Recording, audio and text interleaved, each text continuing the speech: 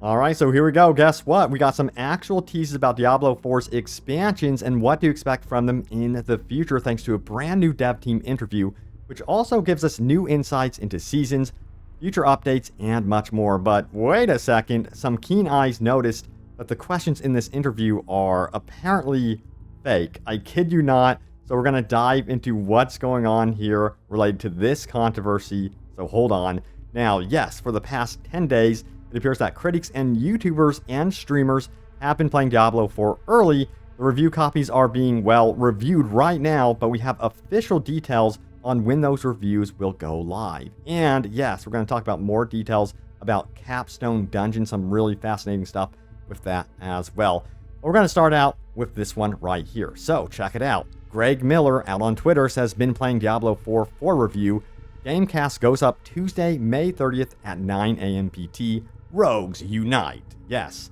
So we can expect the reviews to be going live, of course, on May 30th, 9 a.m. PT time. And I have also seen the same thing being said around the interwebs from several streamers and different personalities. So this is great news, and I cannot wait to see what the final scores will actually be. So Robbie, please do tell me more about this brand new Diablo 4 dev team interview. By the way, it's more of a Q&A, but yeah, it gives brand new details and kind of like teases what we can expect for the expansions, and they talk about seasons and also future updates and some really cool stuff here. Now this comes from FGS. I got to actually watch this and break it down for myself, the most important bits to really slim it down for you all. Check it out here. We're going to go over all of this right now, so let's do this. First and foremost, we're going to start out with this one right here. It goes on to say this. When asked about skill trees being further expanded on existing classes with entirely new branches and choices, Joe Porpora said they're currently giving significant consideration to this aspect as part of their upcoming expansion releases. Although they won't delve into the expansions extensively today, they do plan to discuss them further in the future, particularly regarding substantial additions to the skill tree. Moving forward, they will be implementing regular meta changes and fine-tuning from season to season, while also introducing a plethora of legendary and unique items for players to collect as they progress in the game. But it seems like those expansions are really going to be about introducing new mechanics to the actual classes, new abilities, new skills. That excites me. And yeah, it seems like it's going to give us a reason to really revisit our favorite classes, despite them also most likely introducing new classes. There's going to be a reason to apparently revisit our favorites as well, which this is something I love. And we'll be able to come up with new strategies for builds and stuff like that down the road. Now, furthermore, it goes on to say this right here. Now, a big concern is that characters would end up like Diablo 3 characters. In the past seasons, they felt apparently much weaker and less interesting than the characters in the new seasons. The question was, will Diablo 4 give incentive to play old normal mode characters once seasons come along? And the answer is this. They went on to say that their main focus is dedicated to ensuring the creation of highly captivating seasonal content. They're striving to develop innovative gameplay systems that will contribute to this goal. Now, in each season, they will introduce a new and engaging quest line that seamlessly connects with the overarching theme of that specific quarter. Now, with every release, their aim is to provide an enjoyable experience for players as they embark on the journey of creating a fresh character. So this is mostly going to be about creating fresh new characters every time a season rolls around, and kind of, I guess you would say, retiring your previous season character to the Eternal Realm, where you can continue playing with them, of course, alongside your other characters. So yeah, it's not like you're just gonna just throw them away, although they really want it to be about the excitement of, hey, exploring a new build. You've maxed out your previous build, it's time to try something new, even if it is with a similar class. All right, so what else do we have here? Let's check it out. It says this. Also, what about a loot filter like we have seen in the last Epoch or even Path of the Exile? Well, Joe Porpora went on to say this. As we're looking at the live experience with the game after the game is shipped, one of the things you need to do as part of the seasons is to continue to introduce new quality of life features, polish improvements, or things that would be really good for the game. Now, in the long haul, these are the sort of things that could fall into those kind of categories because, you know, operating a live service game and having our seasonal post-launch content really comes down to a conversation between the player base, the community, and the developers themselves. Like, we'll be able to kind of take from these sort of suggestions and kind of devise what our roadmap is going to look like over time. So it's not like they're sitting there in a vacuum, not listening to the fan base. They are very much wanting to engage with us to determine what they want to do for the future for their roadmap. I love this attitude. I've seen so many companies that just completely ignore what their own community is saying, what the feedback actually is. And it's wonderful to see that this was actually said in this interview. All right, so let's keep going. It says, and it seems like the dev team did in fact find major issues that would otherwise really ruin the launch of Diablo 4. They found these because of the beta weakens and server slam. Blizzard went on to confirm that internally they conducted extensive tests on their own hardware. However, nothing compares to the actual experience of real players connecting to the Diablo 4 servers through the internet. So in essence, you guys saved the launch of the game. Through your testing, by being present throughout all of the betas, that apparently really has helped the launch of the game. And in my opinion, that's great news to hear. I was very happy with how the server slam actually ran. I noticed less issues between zones. That's one of the biggest things, was rubber banding, that weird sensation you would go between zones. That wasn't as present, not nearly as much. I'm curious to see how this launch goes. I do suspect there might be some problems. Crossing our fingers that, there's minimal problems. All right, so what's next? It says this right here. Throughout the process, they encountered instances where players' actions had an impact. Some of these instances were minor, like going unnoticed by players, yet there were major issues that, if unaddressed, would have significantly diminished the launch experience. Even during the most recent server stress test, they discovered more of these instances. They are incredibly grateful for the overwhelming participation of players, as their involvement has greatly strengthened the game for its launch. Excellent to hear. Now, it was also asked if Diablo 4 would have a bigger problem down the road as seasons are introduced. Will multiplayer become more and more important and single player take a back seat? Great question. Now, the dev team did say they don't believe this will be a problem at all, because the game is designed to have a bunch of private spaces, making it more rare to see other players, so they can keep that isolated feeling still intact. However, the season quest lines will introduce new single-player story opportunities with new characters. So again, the concern of multiplayer completely taking over, well, this is not going to become an MMO or anything like that. So they aren't at all concerned about that whatsoever. Only time will tell, because as we get deeper and deeper into Diablo 4's lifespan, I think a lot of you guys are going to be seeking expansions. That's where a lot of the core single-player story stuff will be. Now, yes, seasons will have their own story arc, but again, it's been confirmed that's more like little tutorials that introduce you to new gameplay mechanics. Yeah, sure, there's going to be new characters, new experiences, a whole new journey to take on, but I don't think it's going to be nearly as expansive, I guess you would say, as an expansion. So just don't hold your breath expecting like some sort of, oh my god, this is going to be a huge, massive story this season. That just doesn't seem to be the case. Yeah, but there was some controversy about this interview. I kid you not. Check it out right here. It says, all the questions in Blizzard's Diablo 4 Q&A video are fake. All the accounts don't exist or are from the video creator and his alt Twitter account. And then we have this video right here from Quinn69 showing that he goes to like the Twitter handles that are in the video, the people that actually ask the questions to the dev team, that apparently those Twitter handles don't exist. However, we need to get into this a little bit more to find out what's going on. Because I was like, wait a second. I don't know. We'll see.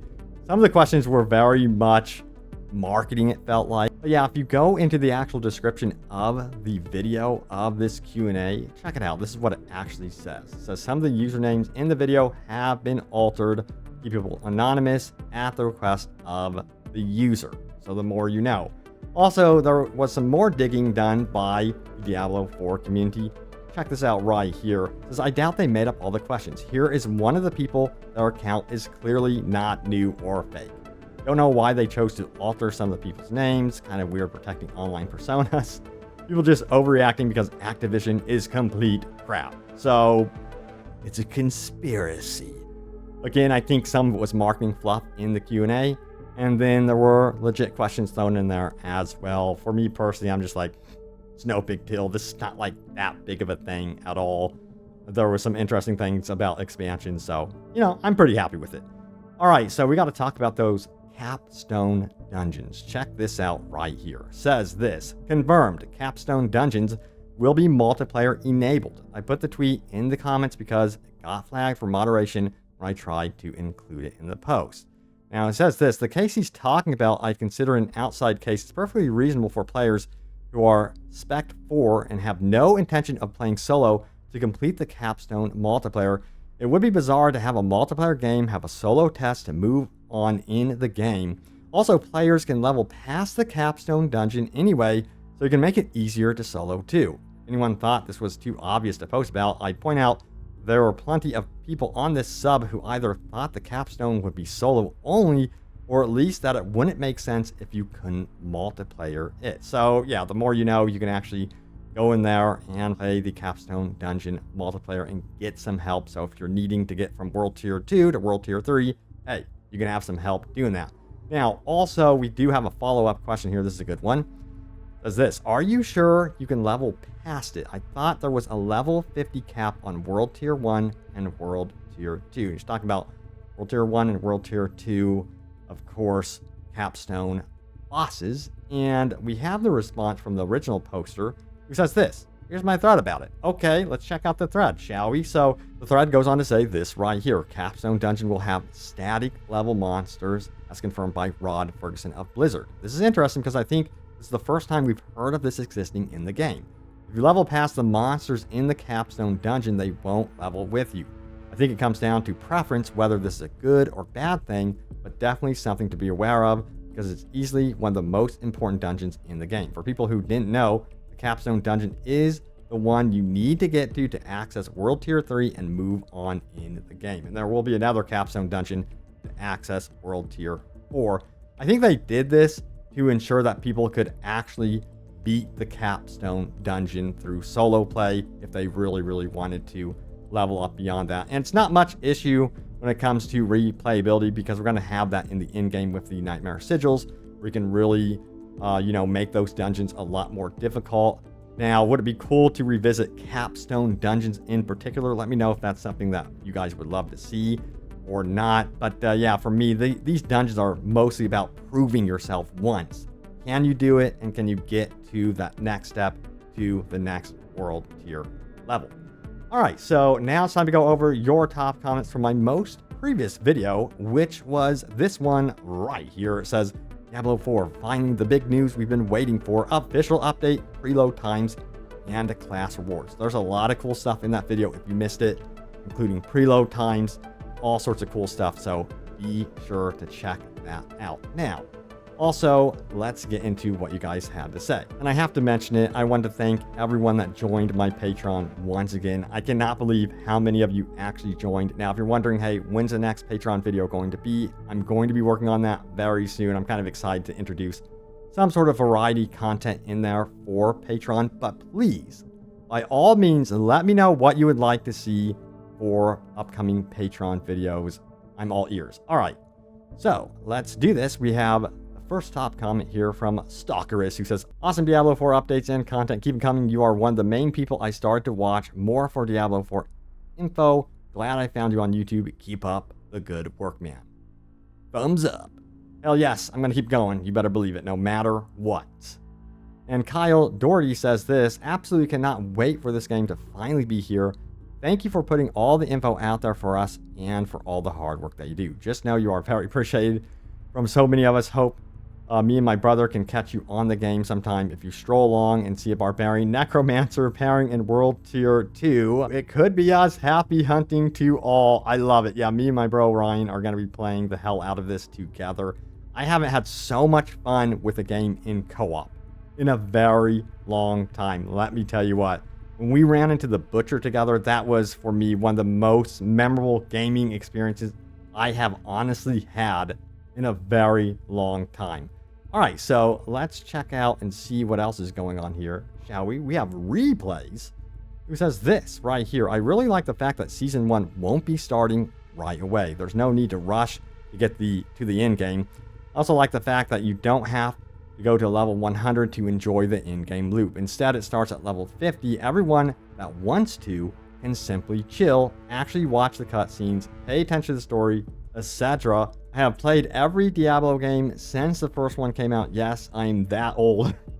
LOL. And the story for Diablo 4 looks amazing, impatiently waiting for launch. Let me tell you what, the spirit never gets old. I can't wait for us to all be in our retirement communities, still playing video games. Can you imagine? It's gonna be definitely different here in the future. So I see that being legit a thing. All right, so Charles goes on to say this right here. He says, just saw that live action Diablo 4 trailer and got excited. HBO, let's make this happen ASAP with a great team like the group behind The Last of Us. Yeah, that's exactly what I was thinking, you know? I feel like they did a great job with The Last of Us HBO TV series. I'm like, man, if they could do that for Diablo 4, that would be incredible. Or do you guys think that Netflix should take that on? Let me know what network should actually take on a Diablo or Diablo TV series. That would be so cool to see.